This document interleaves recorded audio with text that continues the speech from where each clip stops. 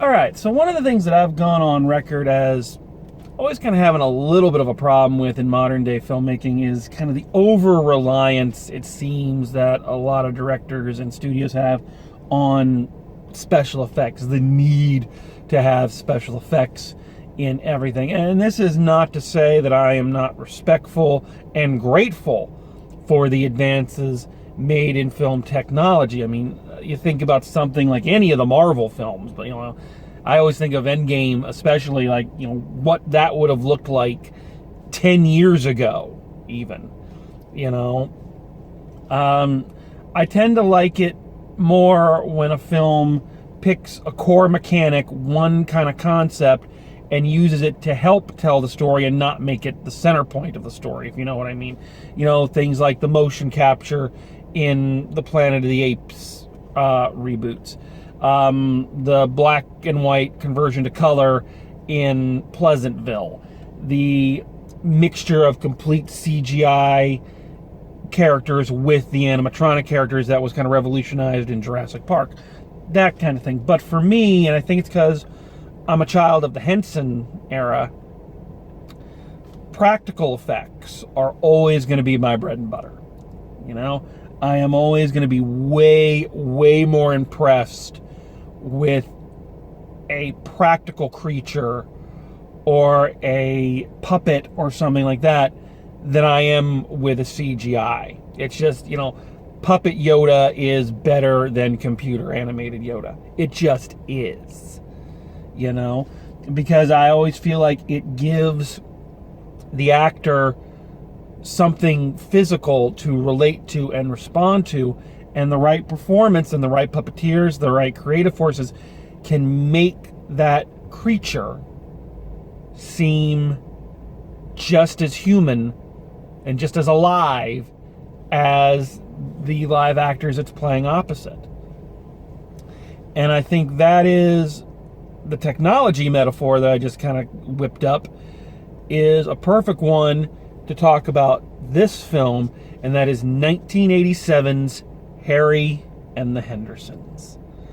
This was a staple of my childhood. This was one of those films I watched over and over and over again. It cannot be overstated how much 8-year-old me loved this bloody movie.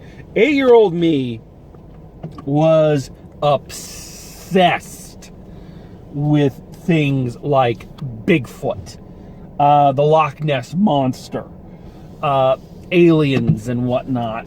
It was just, I loved it. I loved the entire mythology around it.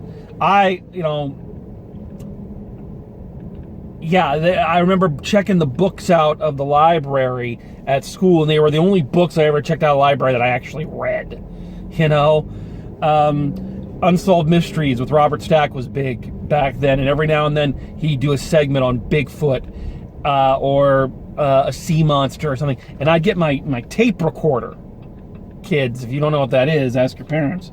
And I would audio record it. I'd tape it so I could listen to it over and over and over again. And you better believe when the X-Files came along a few years later, you better believe I was all over that shit. All right. But I have always loved this idea, and it especially caught my imagination as a kid, that there were things out there that we didn't know about, that we couldn't understand. There was an unknowable. And I don't know, I found that very comforting. So when this movie came along, boy howdy, it was one of the first movies I ever remember seeing that I ever felt was made for me.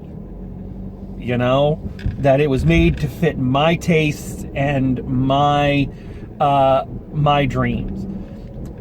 So if you are unfamiliar with it, which would kind of be weird to me, but if you are unfamiliar with it, a family by the name of Henderson are going camping. The father, George Henderson, played here by John Lithgow, is kind of your prototypical, stereotypical man's man. He's a hunter. Sure does love to kill things. I mean, the first shot of the movie is him with his son, Ernie, who I think Ernie was probably around my age, maybe a little younger in the movie, killing a rabbit and going, oh, we've got to eat it. It's Ernie's first kill, this whole macho man thing. And they're driving back. They live in Seattle. They're driving back to Seattle after this camping trip, and they hit something big and hairy and smelly, and it turns out to be Bigfoot. So they do what anybody would do. I would have done this too. They're going to bring it home with them so that they can sell it or, get on the news or whatever. Little problem with that, though. The Sasquatch that they hit was not dead and wakes up and wreaks havoc in their house. And they now find that they are responsible for this creature, which they at first believe is just, an animal. But they come to realize, just kind of observing him, that there's an intelligence, that he's closer to a human than he is to an animal. So they now have to not only try to hide him, but to protect him and get him back to where he belongs. Because there is a hunter, a world-renowned hunter, who's been after the Bigfoot for his entire life, and he's tracking it down. So there's this kind of race against time to protect Harry, who they name him Harry, obviously, to protect Harry from the hunter and get him back home. So right away, one of the things that sticks out to me in this movie, and I think this was especially important for little kids who were watching it at the time. This is just a beautiful movie. In terms of its subtext and text, it's just saying it's something as heartwarming is cliche, but I can't think of a better term for this movie than heartwarming. It is a movie that you watch and you just feel good. You feel the love. Sorry if it sounds sappy, but it's the damn truth. The love that the Hendersons formed for Harry and the love that he forms for them is something really beautiful, really subtle, really well done. You feel the bond being created, and it goes from, watching it now, you can see the stages that it goes through. It goes from being almost like the love of a person for a pet, because at first they treat him very much like an animal, and then slowly kind of evolves into the love of a person for another person. And two things contribute to that. First of all, again, quoting the wisdom of Jim Henson, is that the human drama has to be there. The human characters have to be there to center everything. You can have these big, crazy, mythical worlds and great creatures and all that, but if you don't have a human heart at the center of the story, it doesn't quite work. This is why if you look at Muppet Christmas Carol or something like that, Scrooge is played by a human. Something to center it and to ground it. Well, the human actors here are phenomenal. John Lithgow, this was the first thing I ever saw him in. Of course, I've seen him in tons of things since, but this is my first impression of him, and boy, does he have the heavy lifting in terms of the acting here. And he does a tremendous job of going from this, his journey kind of mirrors his journey in, knowing Harry, and that he is this, rifle-toting, hunting, red meat eating kind of, man's man, but he's got the sensitive soul of a painter and an artist underneath it all. And watching him kind of shed off, the hunter image and go into a much more sensitive, much more understanding person as he relates to Harry is quite a feat to behold. You also got to understand that he's doing a lot of his acting against a guy in a creature suit, which we're going to talk about here in just a second. But yeah, John Lithgow is kind of the heart of the story. He's what moves the story forward. He is the person who's going through a character arc. So, yeah, just phenomenal. The great Don Amici is in this as a kind of disgraced professor of archaeology, or anthropology, I'm sorry, who kind of ruined his career studying Bigfoot and is trying to convince John Lithgow, don't go after it, it doesn't really exist and all this kind of stuff. For those who don't know, for the young people in the audience who don't know, Don Amici was kind of my generation's Morgan Freeman. He was an older actor with a very distinct voice and a very humanizing presence. And he was in a lot towards the end of his career. He was an older gentleman by the time he made this, and he was in a lot of things in the 80s. And I don't know, just that voice and that presence always lent an air of authenticity to the proceedings. And again, you need that in a film with such a crazy concept. Also of note in this, and honestly, this was the only thing I ever saw him in outside of the Poirot films. Poirot himself, David Suchet, plays the hunter, Jacques Le Feu. And I've seen him since, of course, as Poirot, and he is the Poirot. There have been other Poirots, but he is the Poirot. But man, watching this, he is just so good as the villain, and you really hate this guy, and oh man, he's just so sinister in this, without really doing a lot that's sinister.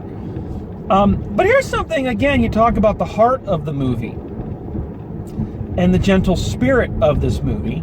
This is one of the only movies from that era where you really see a redemption for the villain. The villain, by the end of the film, is not the villain. The villain learns the error of his ways and is a friend at the end of it. You don't see that a lot in movies like this. The bad guy's there to be the bad guy, to move the plot forward. You don't see the the emotional side of it. And even today, that's something I find very unique about this movie. So the human actors are very good. They ground everything. They move the story forward. It's excellent. But let's not beat around the bush. What makes this movie work so much and makes it work so well, and what holds up even, 20... Where are we here? 28 years later? I don't know. But over 20 years later. And that is the performance of Harry himself. So Harry is a guy in a suit. The suit created by special effects legend Stan Winston. It's made up primarily of a remote control head that requires 3 puppeteers to control the various facial expressions. So what you have is, this is one character that it takes 4 people to perform. You have the 3 puppeteers operating the face and an actor by the name of Kevin Peter Hall inside the suit. And we got to give a shout out to Kevin Peter Hall for what an amazing actor he truly was. Didn't do a lot on screen where you could see him, but he was a great one for creature performances. And even though, other people are controlling the face, he's doing the physicality, and Harry has a wonderful, unique physicality to his movements. part animal, part human, the way he responds to things. So it's his physicality and it's his eyes. That's one of the important things. There's a special feature on the DVD about Stan Winston talking about it was very important to him that the actor's eyes could be seen.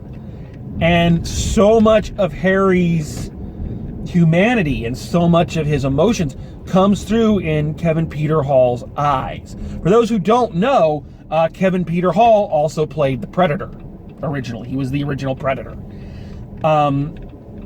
But so much of Harry comes through in those eyes. And watching it now, I see even more subtlety in the whole performance of Harry than even I did as a kid. There's a scene early on where, again, John Lithgow is treating him more like an animal, more like a pet than a person. And he's teaching him how to sit. And he's doing this whole, sit, sit, sit. So Harry kind of looks at him and starts just jumping and sitting on everything, breaking everything. And, you know, he breaks 2 chairs, he breaks a table, and John Lithgow goes, no, don't sit. And there's this shot of Harry looking up at him, and he's doing kind of the rock eyebrow at him, and there's this intelligence there of going, don't fucking talk down to me. You know? It's just this look that he gives him, and then John Lithgow responds to it with this, oh shit, you know, he knows what I was doing. He did all this on purpose to fuck with me. You know, there's just a million wonderful little reactions and expressions in the Harry performance. And again, you think that had to be done by 4 people live on set. And again, in the special features, Stan Winston talks about how they didn't have monitors set up so that each person could see what they were doing. You had one guy over here, one guy over here, one guy over here, and Kevin Peter Hall on set, and they're all just, you know, kind of going by instinct. You know, a little bit trial and error. And it is amazing, the performance. Harry as a character, Harry as a performance, Harry as a special effects accomplishment, it holds up 100%. I will take something like that over what they do now and do motion capture or CGI character. They do a Jar Jar Binks or something, and it wouldn't work for me, because you know they're not responding to anything. It works so much better. So is this movie perfect? It is not.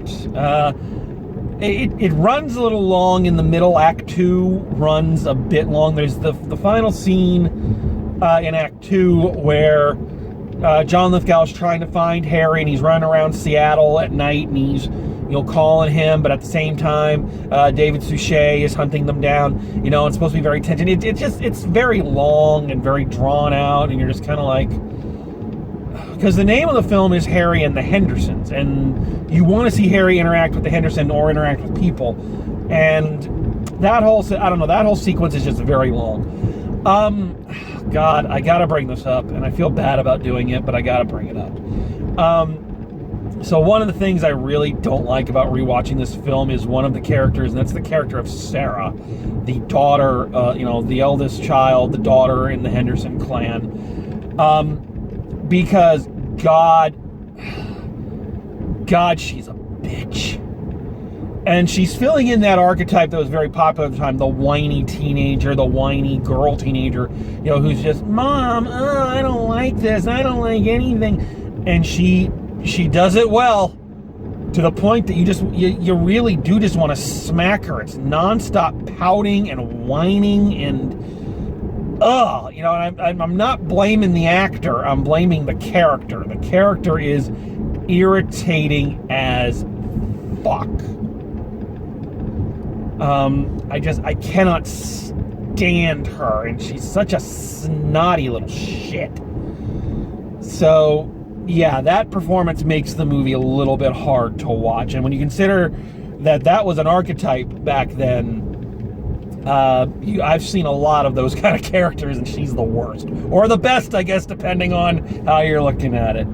But these are quibbles amongst what is, again, an incredibly beautiful movie, and just one that even today I watch, and even it's one of those films that even when you're feeling low, and I think that's why I'm bringing it up right now, you'll watch it and it kind of lifts you up. It's a beautiful, heartwarming film. And it also has, here's something I've been meaning to talk about on a couple of these, but keep forgetting. It has something that I feel is an art form that has been lost in recent years. But something that back in the day used to make a movie, kind of put a nice bow on it. Usually happens at the end, and it was just a nice bow on the proceedings. And it was a big thing throughout the 80s and into the 90s. And that is the power ballad. The movie theme power ballad. This one has a beautiful one sung by Joe Cocker called Love Lives On. It's a great fucking song, and you can't find it. It's never been released as far as I can tell. I have a copy, but it's a bootleg copy. I had to make it myself. But it's such a good song. And I miss when movies had power ballads as themes, and that power ballad would kind of be heard everywhere. God help me, My Heart Will Go On was probably the last one. But I remember I wanted to talk about this with the Don Juan DeMarco review, because that one had a Bryan Adams power ballad, which was the most powerful of all power ballads. You knew your movie had heart and soul if it had a fucking Bryan Adams power ballad behind it. I don't mind telling y'all, I believe that the day we stopped having Bryan Adams power ballads accompany our movies is the day hell began to bubble up and infest the earth. Think about it. Has anybody tried playing a power ballad to the virus? No one has. And I bet if you did, the human body would just go, oh, you're right, and disease, gone. No, don't thank me. I'm just here to help mankind. So yeah, if you haven't seen this in a long time, or for some reason your kids haven't seen it, or whatnot, I highly recommend go check out Harry and the Hendersons. I don't think you'll be sorry. It's a movie we kind of need right now. So there you are. We roll on, and Drive Home Reviews is going to keep rolling on right with you. So keep your chins up, stay calm and soldier on, and until next time, drive safe, and I will see you at the movies.